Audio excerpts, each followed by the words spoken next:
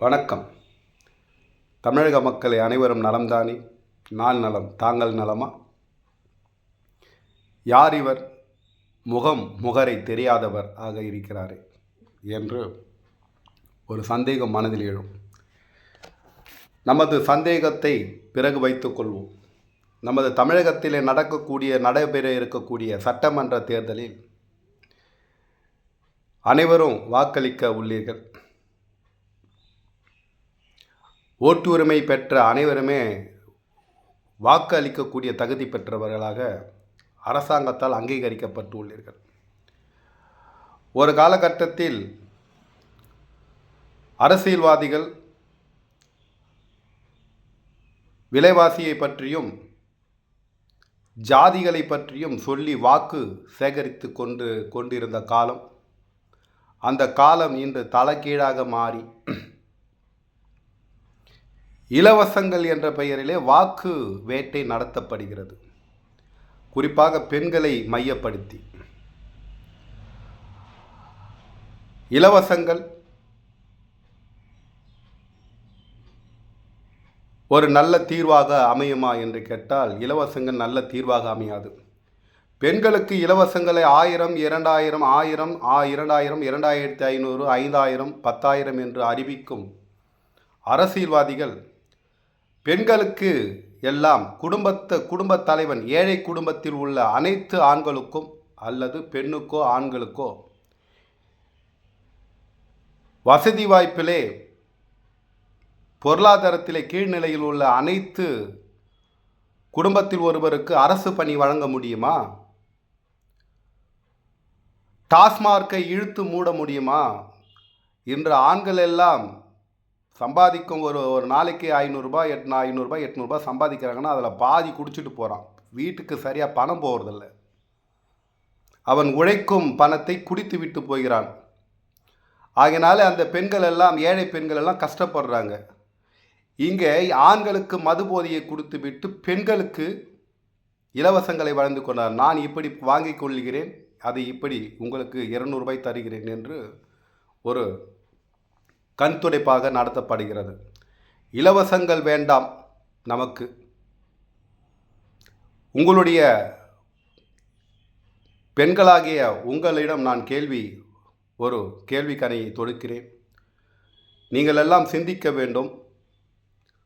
உங்களுடைய குழந்தைகளுக்கு 1ஆம் வகுப்பு முதல் காலேஜ் படிக்கும் வரை ஏழை எளிய மக்களின் பிள்ளைகளின் கல்வி செலவை அரசு ஏற்குமா? எந்த அரசு ஏற்கும்? எந்த அரசியல்வாதி அதை வாக்குறுதியாக தர முடியுமா? டாஸ்மார்க்கை இழுத்து நான் மூடுவேன் என்று வாக்குறுதி தர முடியுமா? விலைவாசியை கட்டுப்படுத்துவேன் என்று வாக்குறுதி தர முடியுமா? அனைவருக்கும் வேலை வாய்ப்புகள் வழங்குவேன் என்று வாக்குறுதி தர முடியுமா? அரிசி கட்டுப்பாட்டு விலையில் இருக்கும். ஹோட்டலில் இன்றைக்கி ஒரு டீ 30 ரூபா 40 ரூபா விற்குது. ஒரு அதிகபட்சமாக கையேந்தி ரோட்டில் விற்கிற சாப்பாடு கூட 50 ரூபா 60 ரூபா 70 ரூபா ஆயிடுச்சு. ஒரு தனிப்பட்ட மனிதன் வாழ்வதற்கு ஒரு வேலைக்கு 30 ரூபான்னு கணக்குப்படும். அதை சாப்பிட மட்டும் முடியுமா? டீ குடிக்கணும், தண்ணி சாப்பிடணும். முதல்ல அரசாங்கம் தண்ணி இலவசமாக கொடுக்குதா? தண்ணி இருக்கும் ஊரிலே இலவச தண்ணியை வழங்க முடியவில்லை. அனைத்திலும் தவறான போக்கு உள்ளது. ஆக மக்களே, பெண்களே, நீங்கள் சிந்தியுங்கள். உங்களுக்கு அனைவருக்கும் அரசு 2000 ரூபாய், 2500 ரூபாய், 5000 ரூபாய் தருவதை விட ஏழை எளிய பெண்கள் படித்து உள்ளீர்களோ படிக்காமல் உள்ளீர்களோ உங்களுக்கு நிறைய அரசு துறையில் தமிழகத்தில் நிறைய அரசு துறைகள் உள்ளது. அந்த அரசு துறைகளில் நிறைய வேலை வாய்ப்பு காலி பணியிடங்கள் உள்ளது. அவைகளெல்லாம் நிரப்பி எத்தனையோ அரசு கட்டிடங்கள், அரசு பணியிடங்கள்லாம் போய் பார்த்தா தூசி தட்டினா தூசு பறக்கும். அந்த மாதிரி விஷயங்களில் இருக்கிறது. இதெல்லாம் நல்ல பணியாட்களை அமர்த்தி அரசாங்கம் பணியிடங்களை தூய்மைப்படுத்தி நல்ல வேலை வாய்ப்புகளை தந்து உங்களுக்கு மாதம் 5000 ரூபாய் தந்தால் போதும். இலவசம் 2000 ரூபாய் 2500 ரூபாய் வேண்டாம். உங்களிடம் பணி வாங்கி கொண்டு 5000 ரூபாய் மாதம் கொடுத்தாலும் உங்களுடைய குடும்பம் சிறப்பாக செல்லும் என்பது தான் என்னுடைய நல்சிந்தனை. என்ன நண்பர்களே, இந்த பதிவு பிடிச்சிருக்குன்னு நம்புகிறோம். அடுத்த பதிவில் நம்ம சந்திக்கும் வரை பெண்களே சிந்தியுங்கள். இலவச பஸ் வேண்டாம், இலவச பாஸ் வேண்டாம், இலவச அரிசி வேண்டாம், இலவசங்கள் எதுவுமே வேண்டாம்.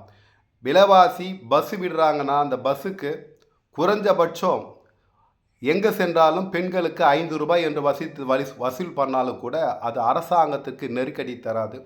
அரசாங்கத்திற்கு நல்ல நஷ்டத்தை கொடுக்காமல் லாபத்தில் இயங்கக்கூடும். அது ஒரு நல்ல சிந்தனை. எல்லா பஸ்களுக்கும் சரியான குறைந்தபட்ச கட்டணத்தை நிர்ணயித்தால் போதும், மக்கள் அனைவரும் சந்தோஷப்படுவார்கள். இலவசங்கள் யாரும் கேட்கவில்லை. இலவசங்களை கொடுத்துவிட்டு ஆட்சி கட்டளிலே அமர நினைக்கக்கூடிய அரசியல் சூழ்நிலை இன்று நிகழ்ந்து கொண்டிருக்கிறது. அதற்கெல்லாம் மக்களாகிய பெண்களாகிய நீங்கள் யாரும் வழி கொடுக்காமல், நீங்கள் 2000 ரூபாய்க்கு 3000 ரூபாய்க்கு ஆசைப்பட்டு ஓட்டு போட்டிங்கன்னா லாஸ்ட்டில் இறுதி வரைக்கும் நீங்கள் ஏழையாகவே தான் இருக்கணும், கஷ்டப்பட்டுக்கிட்டே தான் இருக்கணும். ஆண்டுக்கு ஒரு முறை தேர்தல் வருமா என்று வானத்தில் எப்போது மழை வரும் என்று பார்ப்பதைப் போல அந்த 5 ஆண்டுக்கு எப்போது ஒரு முறை தேர்தல் வரை எந்த அரசியல் கட்சிகள் என்ன அறிவிப்பு தருவார்கள், அதன் மூலம் நம்ம வாழ முடியுமா, நம்மளுடைய வாழ்வாதாரத்தை உயர்த்தி கொள்ள முடியுமா என்று தான் நம்ம வானத்தை பார்த்த பூமியை போல பார்த்து கொண்டு இருக்க வேண்டும். என்ன மக்களே, சிந்தியுங்கள், வாக்களியுங்கள், நல்லவர்களுக்கு வாக்களியுங்கள். நிச்சயமாக நான் அடுத்த பதிவில் உங்களை சந்திக்க வரேன். நிறைய விஷயங்கள் நம்ம பேச போகிறோம் வர பதிவுகளில். நன்றி, வணக்கம், வாழ்கிறோம். ஸ்ரீராமஜெயம்.